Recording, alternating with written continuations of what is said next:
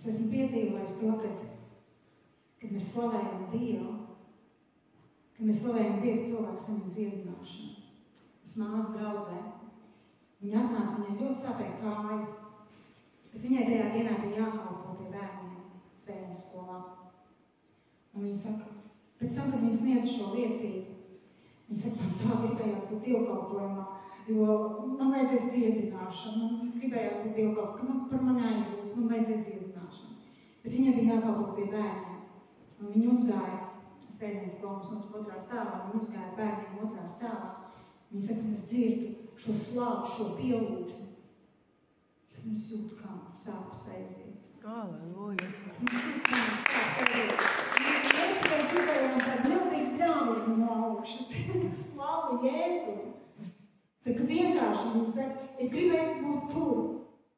Un tomēr viņa palika uzticama savā kalpošanā. Viņa aizgāja un kalpoja pie mūsu bērniem. Un Dievs viņu dziedināja. Vienkārši mēs, ka slavēšanas laikā Dievs dziedināja. Otra māsa, saka, slavēšana iet, pielūgsmi iet. Viņa saka, es kā, kad būs aizlūkšanas? Būs aizlūkšanas, man tā sāp galva, tā sāp galva. Saka, slavēšanas laikā vienkārši. Viņa saka, vienkārši. Dieva gars nomāja. Gars zēja un dziedināja. Dievs ir brīnišķīgs. Amen. Ja mēs paši viņu neieliekam kaut kādos standarta rāmīšos, viņš rāda Dievs un vairāk. Amen. Amen.